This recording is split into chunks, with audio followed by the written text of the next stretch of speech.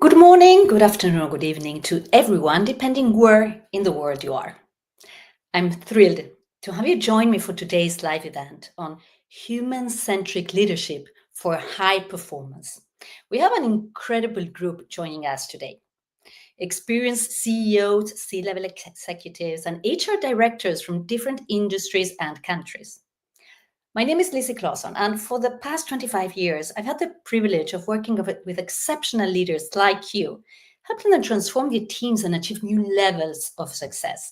I work with a team of amazing individuals at Brighter Leaders. To learn more about our work, you can visit brighterleaders.com. I won't take more than 10-12 minutes, shorter than a coffee break, but far more valuable. My suggestion is that you close all other browsers and notifications and immerse in this interactive session. Imagine this. You walk into a meeting and the room is tense, the team is disengaged, hesitant to speak. Deadlines are met, just barely but met. You feel like you're pulling people rather than leading them. Now picture this instead. You step into the same room, but now people are energized. They share ideas openly, they challenge each other, they care about results, not because they have to, but because they want to. What has changed? The difference between these two teams is not intelligence, resources, or talents. It's leadership. And more specifically, it's human-centric leadership, which is the ability to lead with the heart, blending empathy and business acumen in what unlocks high performance. Drop in the comments, have you ever worked with a leader who inspired you? What did they do differently? Elma from our Brighter Leaders team will be reading and commenting your inputs. I'll read responses later and comment as well. A few years ago, I worked with a leader named Anna. She was brilliant, strategic, and results-driven. She was facing a big challenge. Her team was disengaged.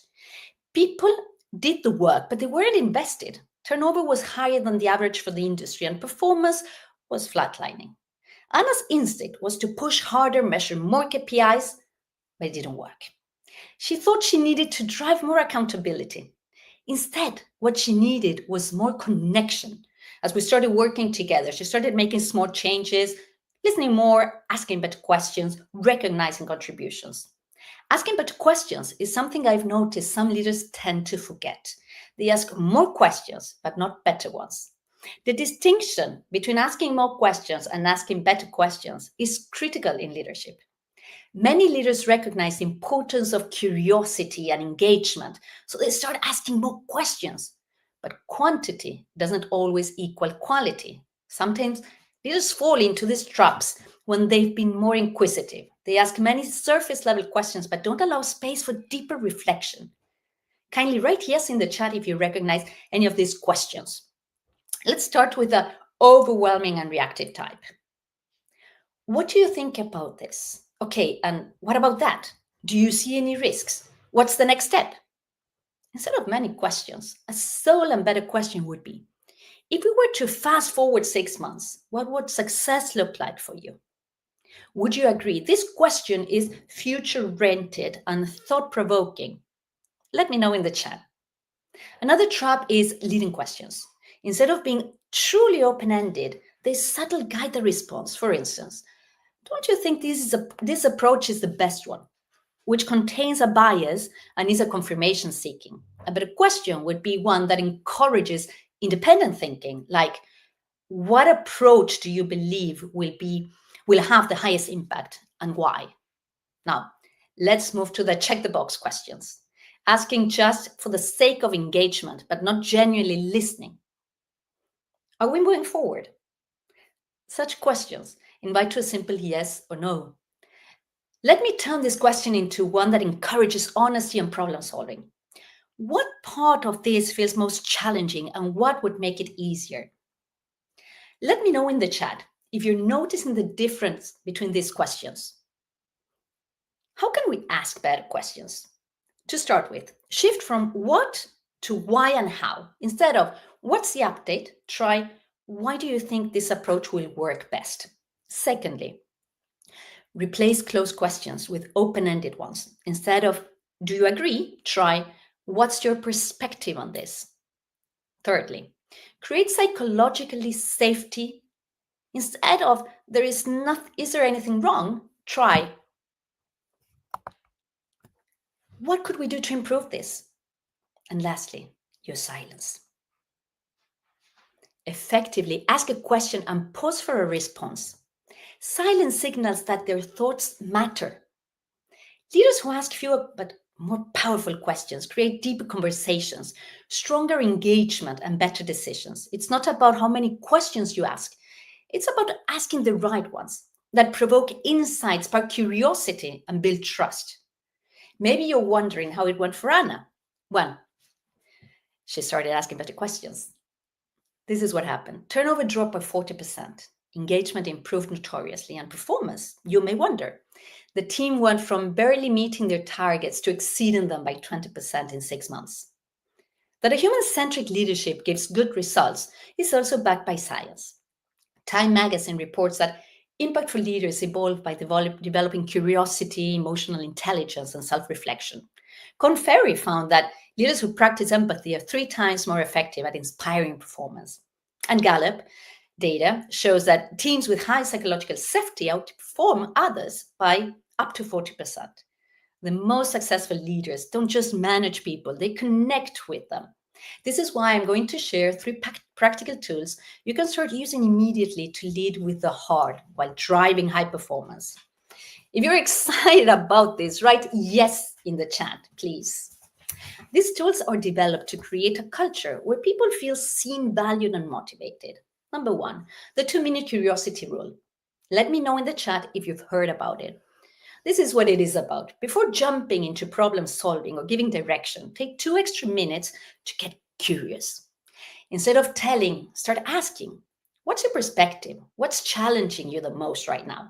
What's one thing I can do to support you better? Why would you say it works? It works because it builds psychological safety, which Google found to be the #1 factor in high-performing teams.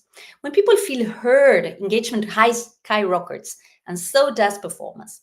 Allow me to give you a challenge. In your next meeting, instead of jumping straight to solutions, start with questions. I'd love to know how it goes for you. I'd really appreciate if you share later here on this chat or you DM me to share your experience. The second tool, the vulnerability loop exercise. Who has heard of this tool? We know that great leaders don't have all the answers and admitting that increases trust. Try this. Share a challenge you face in a team meeting. Ask, how would you approach this? And then implement an idea from the team and acknowledge their contribution. Why this works?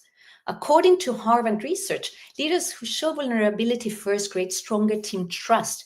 When you show that you're a human, people step up more confidently. I'd like to share a personal story with you.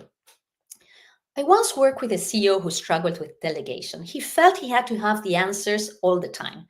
The moment he started openly asking his team for input, something changed. They didn't just give ideas, they took ownership. Within months, engagement and results improved dramatically. Please drop in the chat. When was the last time you showed yourself vulnerable as a leader? How did your team respond? The third and last tool I will be sharing with you today is the 3-to-1 recognition formula. I'm sure many of you have heard of it and use it. This tool is about balancing motivation and accountability, and it can be used in this simple feedback structure. Give 3 positive reinforcements. I appreciate how you, then give 1 constructive feedback point. One area we can grow is, for example, instead of saying, you need to speak up more in meetings, try, I really appreciate your insights when we talk on one-on-ones. Your perspective is valuable. I'd love to hear more about you in meetings. Your ideas could impact the whole team. Why this works? According to Gallup, employees are 12 times more engaged when they receive balanced, strength-based feedback rather than just corrections. Here comes a little homework for you. Think of someone in your team. Go ahead, think of someone in your team. Ready? What's one thing you could recognize them for today? Leading with heart isn't soft leadership, it's smart leadership. It's how you create a culture where people want to perform at their best, not because they have to, but because they're inspired to. Here's my challenge for you. Pick one of these tools and use it this week. Will you try the 2-minute curiosity rule? Will you practice the vulnerability loop, or will you choose the 3-to-1 recognition formula? Write in the comments 1, 2, or 3 to share which one you'll start with. I'll be reading through and replying after this live. If this resonated with you, let's continue the conversation. Feel free to follow my work here on LinkedIn. I post insights like this weekly. If you found this helpful, kindly like the post, share your reflections in the comments, and share this link with your network. Before we finish, let me leave you one final thought. The best leaders don't just drive performance, they create a space where people feel safe, inspired, and motivated. And that's where true high performance happens. Thank you for joining me. I'm looking forward to seeing you again next time.